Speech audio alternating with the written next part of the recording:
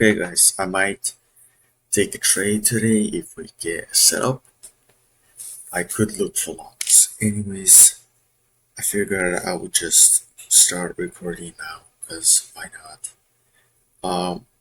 We have this big like mountain or something pattern, uh, which is pretty cool. But ES is kind of lagging behind.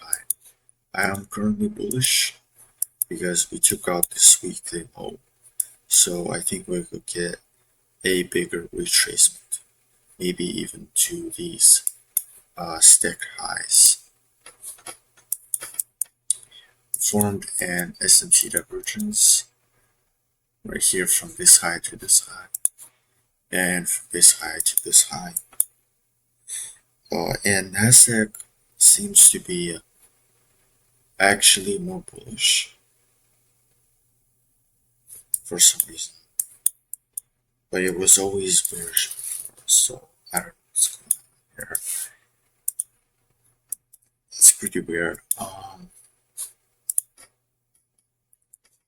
There's not much liquidity on Nasdaq. Maybe these highs. These lows look pretty good, but we did break structure to the upside on the 4-hour. So I think I'm not going to short because that would probably be risky. On the 1-hour, I think we're gonna respect this 1-hour gap. We also have this 1-hour low. I think this would be a 4-hour retracement, and then I could look for upside right here. These highs look really good. I think we could take them out first before we start the weekly downtrend. So yeah, once this, I assume we're gonna respect this 1-hour gap. There's still 40 minutes left, and if we do and then we suit this 1-hour high, I think I could look for lows. I think that's the only setup that I can take today. I don't think there's anything else. I mean, we're just bullish like crazy. We had actually news, and I definitely think, pretty sure they're bullish because of what happened at market open and pre-market.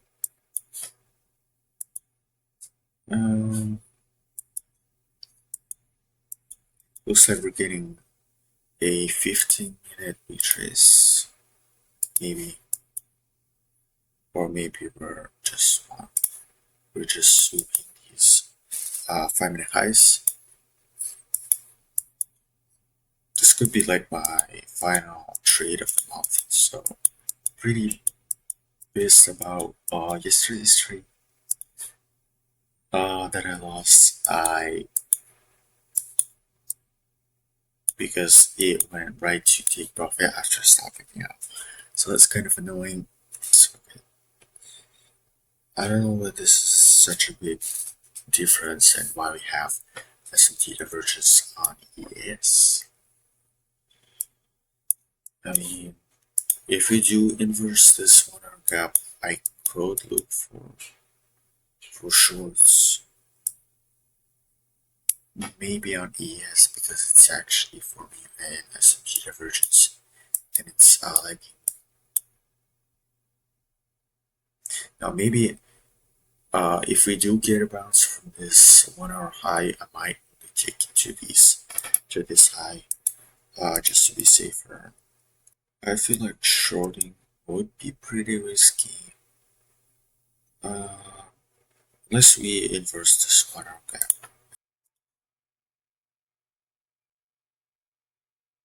Ooh, we actually did have a weekly retracement on Nasdaq. Okay, we might actually start putting downside now. Okay, we did have a weekly retracement, so I think that the move up is probably finished, and going long to these stacked highs would probably be risky. But we are in forward bullish structure basement. I think that this break structure happened just because of just to sweep the liquidity. So if we inverse this 1 minute, I mean 1 hour gap, I am going to be looking for shorts.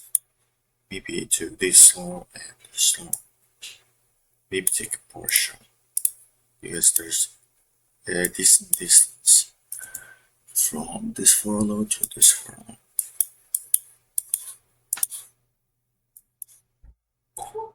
Yeah, there's nothing much. We didn't have a 15-minute retracement, and we didn't sweep out this 5-minute like we could. After taking out this 5-minute low, so I don't know, let's see. 1 hour time frame is super helpful because I'm not trying to like predict where price wants to go. I have two options what price could do once we do this or that to the 1 hour gap. So like if you inverse it, like I'm gonna probably start looking for shorts, or if you go long, or if you respect it, I'm probably gonna look for longs. It looks like we respected this 1 hour gap, so I think we're bullish.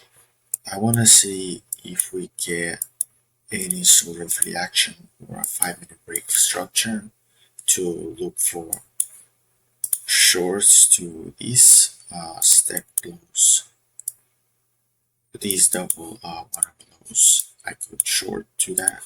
Long to these stack highs would probably be against my strategy because I think we already had that weekly retracement.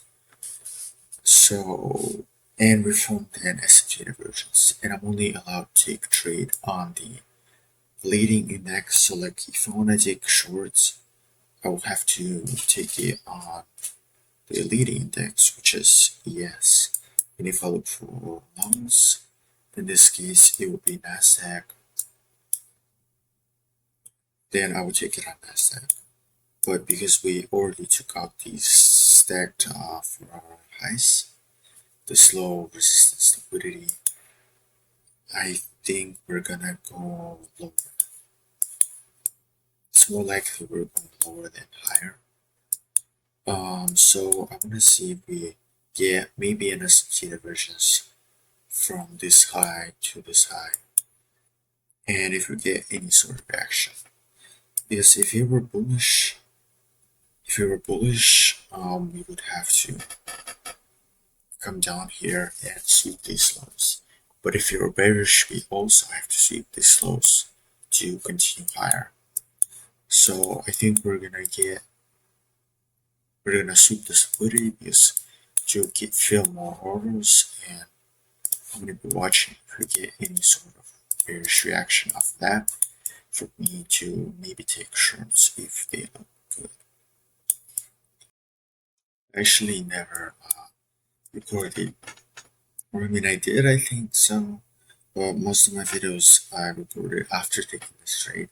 This is kind of more like a raw, unedited. I mean, it is edited, but kind of videos. I don't know if it's gonna do well on YouTube. I'm gonna like see. Anyways, I don't think we're gonna disrespect this 5-minute gap. And even if you do, I'm never taking this kind of trade because we have these. First of all, this 1 hour high and also this high, so stack highs. Shorting right here would be extremely risky.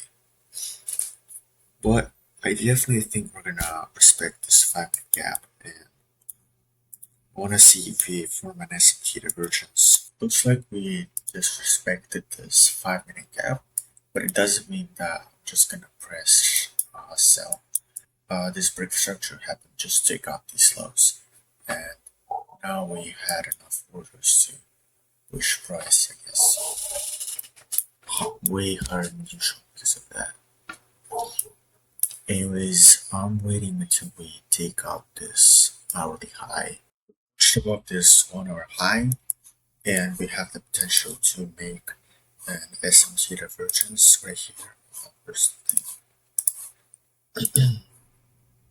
We have potential to make a 1 hour SMT divergence, which means that if we fail to continue this 4-hour uptrend, that means that ES will likely follow the direction of NASDAQ. But I will take it on ES if we get a setup because we have a higher time frame SMT divergence. So on the shorter time frame, ES is lagging, but overall it is more stronger to the downside. Anyways, yeah, I do want these stacked hourly lows to get taken out. Also, we have this 4-hour gap that we're gonna fill. So if you get a break, we're likely to head to this area.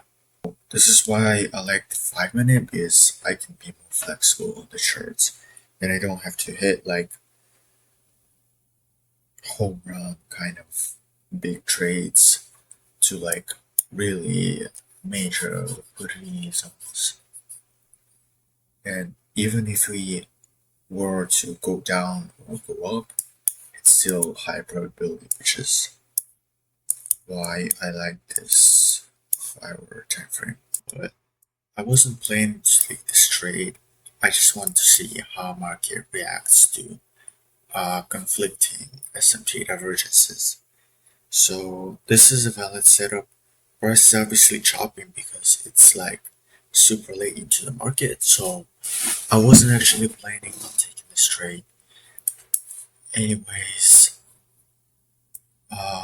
we took out this high, which would be my stop loss if this was a valid setup.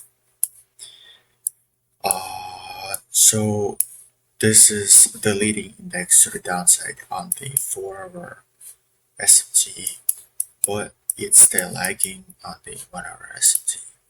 And NASDAQ didn't take out this high because this 1-hour SMT was protecting it.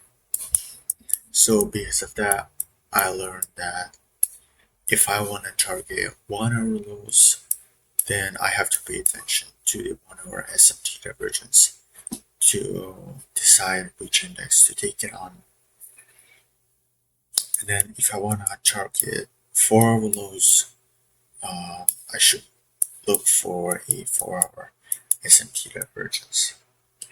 So now it makes more sense to me. To look for shorts, I'll probably wait until we break 4-hour structure to the downside.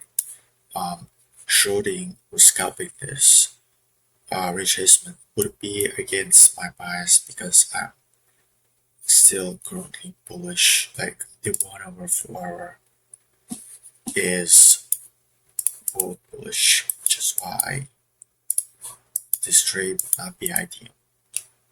I don't think this was a waste of time. I definitely learned a lot. Just looking at the charts instead of watching videos is definitely better for learning how the charts move.